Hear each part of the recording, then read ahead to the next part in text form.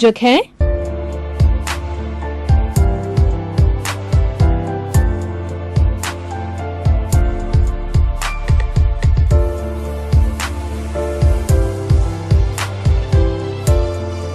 दर्शकगण, श्रोतागण, भाई और बहनों, मातृशक्ति को नमन। चैनल 24+ न्यूज के मनमोहक, शिक्षाप्रद, जीवनोद्धारक, जीवन की दिशा को बदलने वाला, जीवन की धारा को बदलने वाला, जीवन में उत्थान लाने वाला मनमोहक कार्यक्रम पुनरुत्थान में आप सभी का हार्दिक स्वागत है, अभिनंदन है, सत्कार है। पुनरुत्थान एक ऐसा कार्यक्रम है जो हमें अवनति से उन्नति की ओर ले जाता है, जो हमें हमारा पुनर्जागरण करता है, हमारे गिरते हुए मानवीय मूल्यों का उत्थान करता है और प्रतिदिन हम नए नए विषय के साथ में प्रवेश करते हैं। तो आज का जो हमारा मुख्य विषय जो चिंतन का है वह है मनुष्य प्रकृति का सर्वश्रेष्ठ प्राणी। भाई और बहनों, दर्शकगण, श्रोतागण, मनुष्य के लिए कहा गया है कि वो प्रकृति का सर्वश्रेष्ठ प्राणी। तो सबसे पहले हम देखेंगे कि प्रकृति क्या है और सर्वश्रेष्ठ प्राणी किसे कहते हैं। पहले हम प्रकृति की परिभाषा करें। प्रकृति यानी ये सारी नेचर। प्रकृति हमारी माँ है। Nature is our mother. ये टोटल कॉस्मॉस, ये पूरी सृष्टि, ये पूरा वातावरण, ये पूरा पर्यावरण जिसके अंदर 84 लाख जीवा योनि के लोग निवास करते हैं, उसको प्रकृति कहा जाता है। और ये प्रकृति माँ सबका भरण पोषण करती है, जहाँ पर पेड़ पौधे, मनुष्य, जीव जंतु, कीड़े मकोड़े और छोटे से छोटे वायरस निवास करते हैं। उस पूरी अवगाहना को प्रकृति कहा जाता है, पर्यावरण कहा जाता है। और दार्शनिक दृष्टि से बात करें तो प्रकृति पंचभूतात्मक कही गई है। पृथ्वी, जल, अग्नि, वायु और आकाश, इन 5 भूतों से पृथ्वी बनी हुई है और इसमें निवास करने वाले समस्त प्राणी वो इन 5 भूतों से अपने जीवन का पोषण करते हैं। और जब उनका विनाश होता है, उनकी मृत्यु होता है, तो ये 5 भूतों में पुनः विलीन हो जाते हैं। यानी ये 5 भूत इस सृष्टि में, इस प्रकृति के अंदर हर वक्त समाये रहते हैं और ये शाश्वत है। शाश्वत उसे कहा जाता है जो वर्तमान, भूत, भविष्य तीनों कालों में मौजूद रहता है। वो त्रैकालिक कहा जाता है और उसको यूनिवर्सल ट्रुथ भी कहा जाता है, उसको सार्वभौम सत्य भी कहा जाता है। इसलिए प्रकृति महान है। हमें प्रकृति की पूजा करनी चाहिए। और हमारे सबसे पुराने जो ग्रंथ वेद है उसमें प्रकृति के सभी घटकों की पूजा की जाती थी। पृथ्वी की पूजा की जाती थी, जल देवता के रूप में माना जाता था, अग्नि देवता के रूप में माने जाती थी और वायु देवता के रूप में माना जाता था और सबकी पूजा की जाती थी। यानी जो हमारा भला करने वाले तत्व थे उनको हम पूजनीय मानते थे, उनको देवता रूप के अंदर मानते हैं और उनकी पूजा करते हैं। अगर यही अवधारणा आज भी हम माने तो इससे हमारा बहुत बड़ा कल्याण हो सकता है, क्योंकि ये 5 बेसिक चीजें हैं। हम माने या न माने, सारे सृष्टि का संचालन इन 5 भूतों से ही होता है। और व्यक्ति अगर चाहे कि मैं इन 5 भूतों से ही समाहित रहूं तो कभी भी वो बीमार नहीं हो सकता और वो 100 वर्ष तक जिंदा रहता है। अब भाई और बहनों, दर्शकगण, श्रोतागण, मैंने 84 लाख जीवा योनि की बात कही जो इस प्रकृति में निवास करते हैं। जीवा योनि कौन कहलाती है? जिसके अंदर जीव जन्म लेते हैं। उत्पत्ति स्थान को जीवा योनि कहा जाता है। क्या आपको पता है उस 84 लाख की टोटल क्या है? उस टोटल में आपको बताता हूं। 7 लाख पृथ्वी का है, 7 लाख अप का है, 7 लाख तेजस का है, 7 लाख वायु का है, 10 लाख प्रत्येक वनस्पति का है, 14 लाख साधारण वनस्पति का है, 2 लाख बेइंद्रिय, 2 लाख तेइंद्रिय, 2 लाख चतुरेंद्रिय, 4 लाख नारकी, 4 लाख देवता, 4 लाख तिर्यंच पंचेंद्रिय, 14 लाख मनुष्य की जाति, 4 गति, 84 लाख जीवा योनि।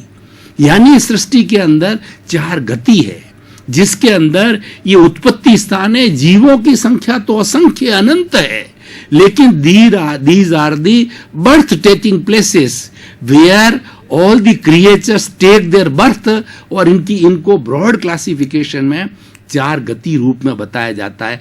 नरक गति, तिर्यंच गति, मनुष्य गति और देव गति। नरक गति के अंदर वो जीव जाते हैं जो दुष्कर्म करते हैं, जो बुरी प्रवृत्तियां करते हैं, वो वहां जाकर के बड़े से बड़े कष्ट भोगते हैं। और ये हमारी जो पृथ्वी जिस पर हम निवास करते हैं, इसके नीचे 7 जो है हमारी नारकियां हैं, और वहां पर वो जीव बकायदा जैसे हम इस पृथ्वी पर रहते हैं, उस नारकी के अंदर वो जीव रह करके और अपने कर्मों के अनुसार जो है वो सुख दुख का भोग करते हैं। नरक गति, तिर्यंच गति, जितने भी हमारे चराचर जगत के अंदर पशु पक्षी पेड़ पौधे और अपने कीड़े मकोड़े जानवर है, ये सब तिर्यंच कहलाते हैं। नरक गति, तिर्यंच गति, मनुष्य गति।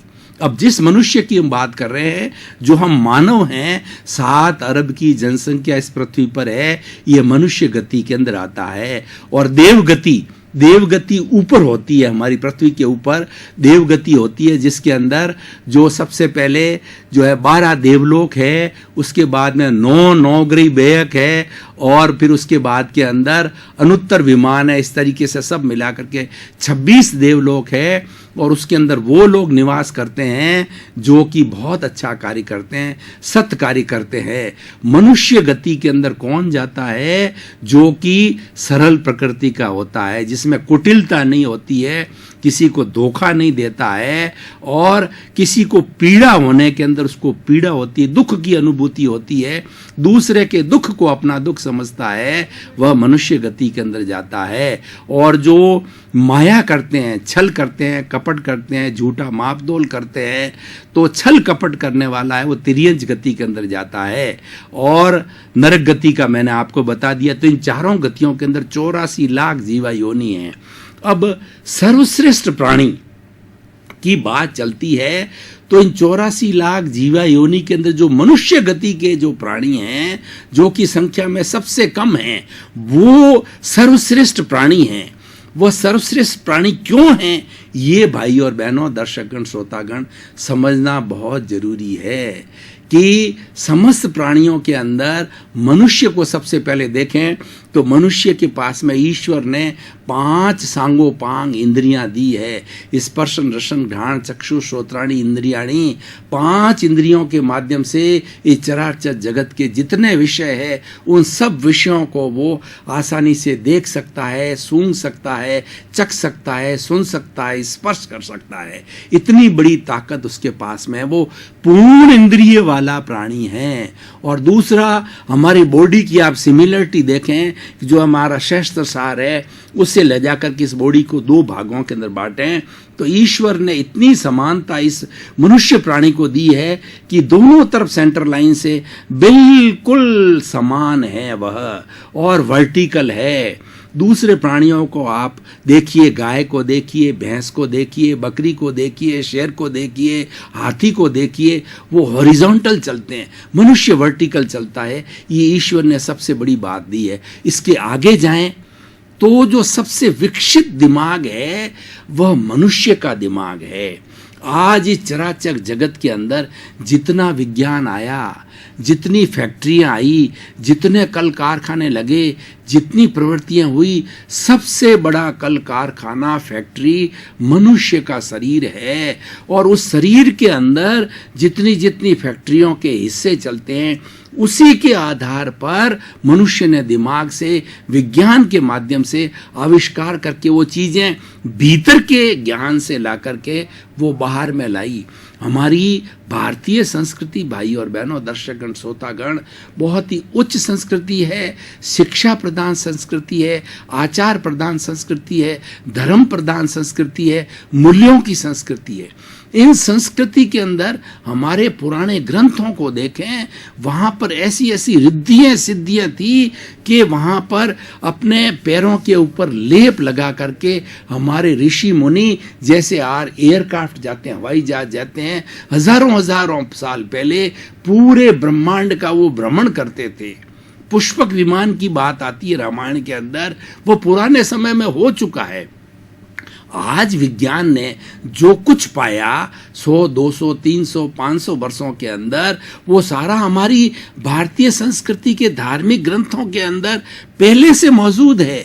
सोना बनाने की विधि हमारे यहाँ है, और आज हम कहते हैं यहाँ बैठे बैठे हम टीवी से जो है दूसरे लोगों को देखते हैं, मोबाइल से काट। तो भाइयों और बहनों, पहले हमारा इंट्यूशनल पावर जो है वो इतनी थी, हमारी संप्रेषण की भावना इतनी थी कि आज अगर शिष्य यहाँ बैठा है और गुरु 1000 कोस, पहले कोस चलता था, 1000 कोस बैठा है, तो गुरु जो है अपनी भावना जो है अपने शिष्य तक भेज, एक छोटा सा अदृश्य पुतला बना करके एक मैसेज के रूप के अंदर, जैसा कि आज SMS जाता है, या आज जो भी चीज़ें हमारे कंप्यूटर के माध्यम से या हमारे मोबाइल्स के माध्यम से, टीवी के माध्यम से जाती है, तो पहले भी शिष्य गुरु आपस के अंदर इस तरीके से भेज करके वार्तालाप कर लेते। तो बंधुओं, ये सारा जो आया, आज जो आया विज्ञान के अंदर, ये हमारे भीतर की प्रयोगशाला से आया है। तो मैं ये कहना चाह रहा हूँ भाई और बहनों, दर्शकगण, श्रोतागण, कि मनुष्य के अंदर दिमाग, इतना ज्ञान है, परिपूर्ण ज्ञान है कि वह मनुष्य संपूर्ण ब्रह्मांड का, चराचर जगत का भूत, भविष्य और वर्तमान को देख सकता है, अगर इतनी साधना करता है। और अपनी जो सोल है, अब ये सोल है, वो अनंत ज्ञान, अनंत दर्शन, अनंत चारित्र, अनंत चेतना और अनंत सुख का धाम है। सब कुछ इसमें से निकलता है। और जो ये व्यक्ति इस लेबोरेटरी को, इस शरीर को एक लेबोरेटरी बना देता है और साधक बन जाता है, साधना करता है, तो ऐसी समस्त रिद्धियां सिद्धियां हमारे ऋषि मुनि पूर्व के अंदर प्राप्त कर चुके थे। आज आप महाभारत का समय देखिए कि धृतराष्ट्र अंधा था, लेकिन संजय उसके पास बैठा बैठा जो कुरुक्षेत्र के अंदर कौरवों और पांडवों के बीच के अंदर जो 18 दिन तक युद्ध चला, और जिस समय गीता लिखी गई, वो 18 दिन का पूरा एक एक पल का विवरण, वो दृश्य जैसे टीवी पे देख रहे हैं, जैसे कि आप मेरे को देख रहे हो, मैं आपको देख रहा हूँ, वह संजय जो है वो अपने उस रिद्धि सिद्धि के माध्यम से एक टीवी बना करके देख करके, क्योंकि धृतराष्ट्र जो कौरवों का पिता अंधा था, तो वो जो है वो बोल बोल करके उसको बताता था। श्रवण शक्ति बहुत तेज थी धृतराष्ट्र की, और उससे जो है वो प्रभावित होता था। उसने पूरा महाभारत का चित्र जो है सांगोपांग तरीके से संजय ने धृतराष्ट्र को बताया। भाई और बहनों, दर्शकगण, श्रोतागण, काफ़ी समय से हम गहन विषय पर गहन मंथन कर रहे थे। अब तरोताज़ा होने के लिए हम थोड़ा सा ब्रेक ले रहे हैं। ब्रेक के बाद पुनः हाजिर होंगे।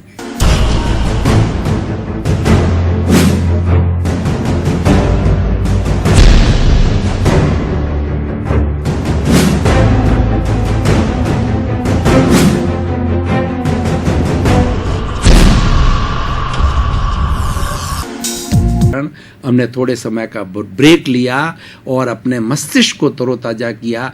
पुनः हम जो है चिंतन मनन के लिए हाजिर हो गए हैं। तो भाई और बहनों, दर्शकगण, श्रोतागण, ये सारी रिद्धियां सिद्धियां मनुष्य प्राप्त कर सकता है। दूसरा, इस सृष्टि का कोई भी प्राणी जो है इतनी रिद्धि सिद्धि, इतना ज्ञान, परफेक्ट ज्ञान, जिसको कि केवल ज्ञान कहा जाता है, जिसको ब्रह्म ज्ञान कहा जाता है, कोई भी प्राणी प्राप्त नहीं कर सकता। इसीलिए हमने प्रकृति की बात कही, सर्वश्रेष्ठ प्राणी की बात कही, तो ये करता कौन है? मनुष्य करता है।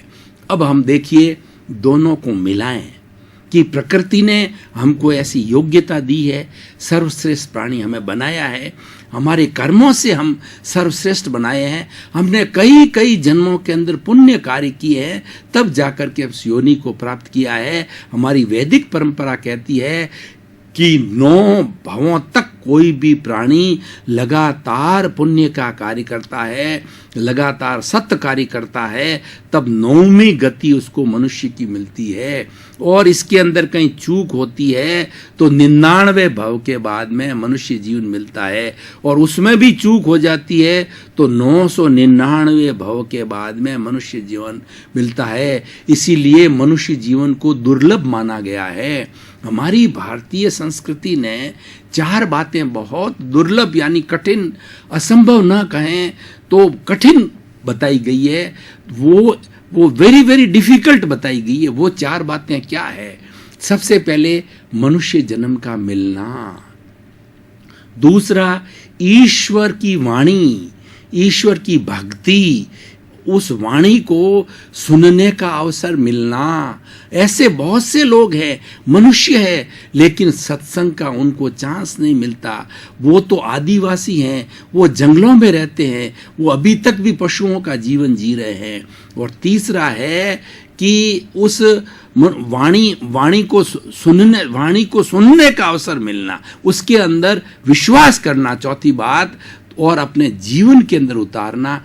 ये चार बातें बहुत दुर्लभ बताई गई है। इसीलिए भाई और बहनों, दर्शकगण, श्रोतागण, मानव जीवन सर्वश्रेष्ठ है। देखिए हम कितने भाग्यशाली हैं कि हमको मनुष्य जीवन मिला। और ये चारों दुर्लभ बातें हैं। वो जो सत्संग करते हैं, जैसे कि आप और हम सत्संग कर रहे हैं, मेरी सत्संग में दिलचस्पी है, मैं वक्तव्य दे रहा हूँ और आप एकाग्रता से सुन रहे हैं, यानी वक्ता और श्रोता के बीच में तारतम्य, तादात्म्य बन गया है। इस बात का प्रतीक है कि आपका भी सत्संग में इंटरेस्ट है, मेरा भी सत्संग में इंटरेस्ट है। तो ऐसे लोग आपस में जो मिलते हैं, ऐसे सज्जन लोगों के आपसी वार्तालाप को ही सत्संग कहा जाता है, क्योंकि आप और मिलकर के प्रभु की वाणी की बात कर रहे हैं, हमारे मानव जीवन की सार्थकता की बात कर रहे हैं कि किस तरीके से इस मानव जीवन को हम सफल बनावें। हमारी सांसें फिक्स है, हमें जो जाने का समय हमारा फिक्स है।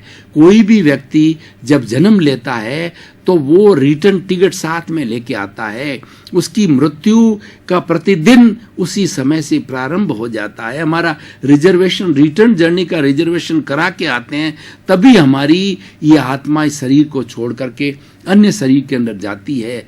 तो सब चीज़ें बंधुओं फिक्स है। अब प्रश्न ये है कि उसका उपयोग हम कैसे करें। हमको सर्टिफिकेट मिल गया, हमको पट्टा मिल गया कि हम सर्वश्रेष्ठ प्राणी हैं, लेकिन उसका उपयोग कैसे किया जाए। दो तरह की बातें होती है, एक तो सदुपयोग होता है, एक दुरुपयोग होता है, एक वेस्टेज ऑफ टाइम होता है। व्यक्ति रूप के अंदर जन्म ले लिया, उसको अपने भीतर छुपे हुए ज्ञान की जानकारी नहीं है, यानी वो अज्ञानी है, उसको मालूम ही नहीं है कि मेरे भीतर ज्ञान का भंडार है।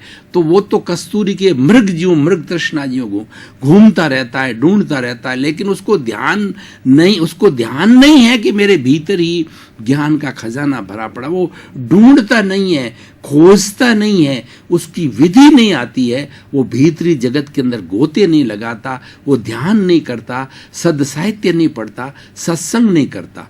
तो भाई और बहनों, दर्शकगण, श्रोतागण, हमने इस जीवन की सार्थकता की अब बात कर रहे हैं कि इस दुर्लभ जीवन को हम सार्थक कैसे बनाएं। सार्थक बनाने के लिए हमें परोपकार करना चाहिए। जो परोपकारी जीव है, परोपकारी प्राणी है, वह इस मनुष्य जीवन का सार निकालता है। क्योंकि हर व्यक्ति जो जन्म लेता है वो जाएगा, लेकिन वो समाज को क्या दे करके जाता है। पूजनीय वही होता है, याद वही किया जाता है। Only the people are being remembered who contribute to the society for the welfare of the society. एक जो है वो गुलाब का फूल होता है, तो गुलाब का फूल सजीव होता है, तो कितनी चंपा, चमेली, ये कितनी महक फैलती है उसकी, लेकिन वह फूल कुम्हला जाता है तो कुछ इस तरीके से फूल होते हैं, उसकी महक नहीं जाती है। That is why we should do such activities in this world, in this nature, so that our fragrance should not vanish. One day our body will vanish, but we do such good things, we do the welfare of the society, we service to the society, we do something good to the society, our fragrance will never vanish and we shall be always remembered. आज भगवान बुद्ध को देखिए, आज भगवान महावीर को देखिए, कृष्ण को देखिए, राम को देखिए, महात्मा गांधी, दयानंद सरस्वती, विवेकानंद, डॉक्टर सर्वपल्ली राधाकृष्णन, जवाहरलाल नेहरू और कितने कितने लोग हुए हमारी भारतीय संस्कृति में, एक से एक महान बढ़ करके हुए हैं, जिन्होंने इस संस्कृति का पोषण, इस संस्कृति को बहुत कुछ दिया, इस संस्कृति को संस्कार दिए, इस संस्कृति का उत्थान किया और हमारे लोगों को बहुत सी नई नई चीजें बताई। तो भाई और बहनों, दर्शकगण, सर्वश्रेष्ठ प्राणी होने का सबसे बड़ा फायदा ये है कि हम समाज की सेवा करें। अब भाई और बहनों, दर्शकगण, श्रोतागण, हम ये देखते हैं कि दुरुपयोग क्या होता है और सदुपयोग का क्या होता है। परोपकार की बात हमने कही, पर उपकार, दूसरे का उपकार किया जाए, और वो उपकार तन से होता है, मन से होता है और धन से होता है। 24 आवर्स जो परोपकारी व्यक्ति है वह कोई भी कार्य करे, जो भी कार्य करे, उसके अंदर उसकी ये भावना ये रहनी चाहिए कि मेरा जो ये कार्य है वो किसी लोगों को डैमेज करने वाला तो नहीं है, मेरे परिवार के सदस्यों को नुकसान पहुंचाने वाला तो नहीं है, मेरे व्यवसाय जिसमें कर रहा हूं उसको नुकसान देने वाला तो नहीं है, मेरे देश के लिए द्रोही के रूप के अंदर वो कार्य तो नहीं है, या संपूर्ण मानव जाति का जो है वो विनाश करने वाला है, या संपूर्ण मानव जाति का नुकसान करने वाला नहीं है, उसको फायदा पहुंचाने वाला है, तो वह व्यक्ति, उसकी सोच बहुत विधायक है और वह सर्वश्रेष्ठ प्राणी है, और सर्वश्रेष्ठ प्राणी होने का वो पूरा के पूरा फायदा उठा रहा है। दर्शकगण, श्रोतागण, अब आप देखिए कि लोग कितना कितना कार्य जनता की भलाई के लिए करते हैं। मैं आपको एक उदाहरण देना चाहता हूं कि इस वक्त जो हमारी इस धरती के ऊपर, हमारे वर्ल्ड के अंदर जो रिचेस्ट प्राणी है धन की दृष्टि से, बिल गेट्स है, उसकी मैंने जीवनी पढ़ी थी, तो उसकी कितनी संपत्ति है, अरबों खरबों की संपत्ति है, और उतनी कितना उसके आय होती है उनको खुद को भी स्वयं को मालूम नहीं। लेकिन उन्होंने अपने जीवन का लक्ष्य बनाया, बिल गेट्स ने, कि मेरे स्वयं के लिए मात्र मेरा जितना रोटी, कपड़ा, मकान, शिक्षा, चिकित्सा, भरण पोषण के लिए मिनिमम मेरी आवश्यकता है, उसकी वो पूर्ति करते हैं। वही पुरानी गाड़ी, वही पुराना 50 साल पुराना बंगला, वही अपनी सादगी, simple living and high thinking के फॉर्मूले पे चलने वाले, और वो 98-97% उनकी अर्निंग का, उनकी आय का जो है वो लगाते हैं, वो ट्रस्ट के माध्यम से लोगों की भलाई के लिए लगाते हैं। आते हैं, ये इस बात का परिचायक है कि आपको हमारी भारतीय संस्कृति की जो विशेषताएं हैं उसको जानने की उत्कंठा है, और इधर से पुनरुत्थान कार्यक्रम प्रतिदिन नए नए विषयों की जो हमारा उत्थान करने वाली बताता है। जगत कल्याण हो, आप सभी का जीवन सुखमय हो, आनंदमय हो, धर्ममय हो, और जगत के सब जीवों को सुख मिले, शांति मिले, सबका मोक्ष हो। आपके प्रति मंगल भावना, शुभकामना। प्रायोजक हैं